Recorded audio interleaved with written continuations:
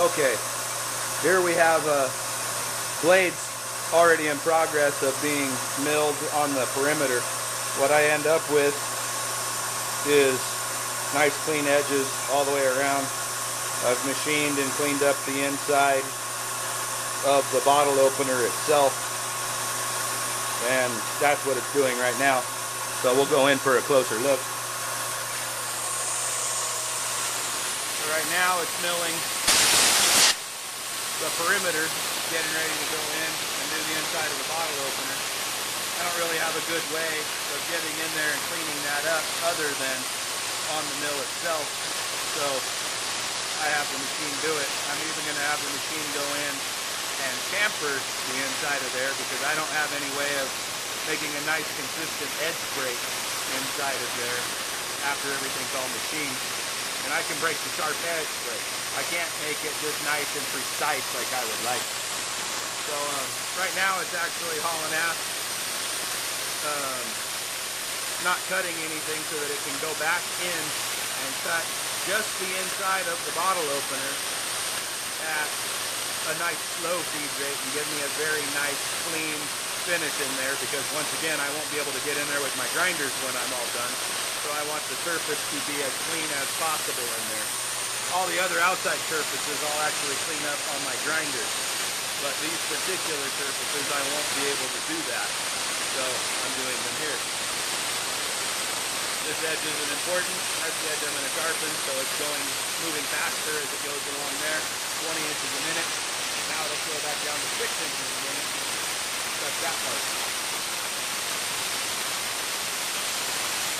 When this is done, I'll set the machine back on its tripod and change the tool for the chamfering tool and cut the chamfer inside of the bottle opener.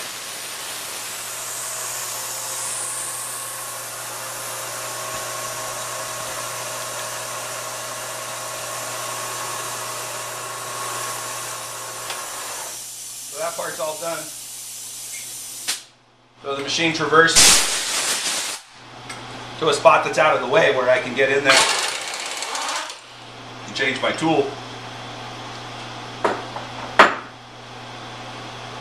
So I'm putting on a little beveling tool. It'll move over to where I want it to start for that. I bring it down to the Z depth that I want.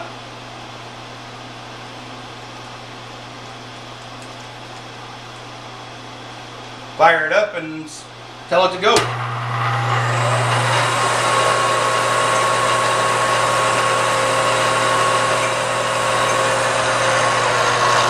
So now all that's doing is using a 45-degree tool to run around just inside the bottle opener and the bottom part of the tang where the lock will engage, and cut a nice little bevel on there. And just save me the heartache of doing it later.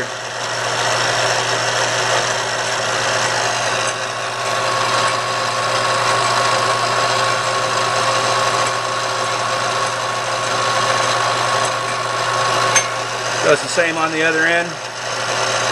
And when that's all done, I'll actually take this part out and flip it over and run just this chamfering operation again on the other side so that both sides of the blades are done the same.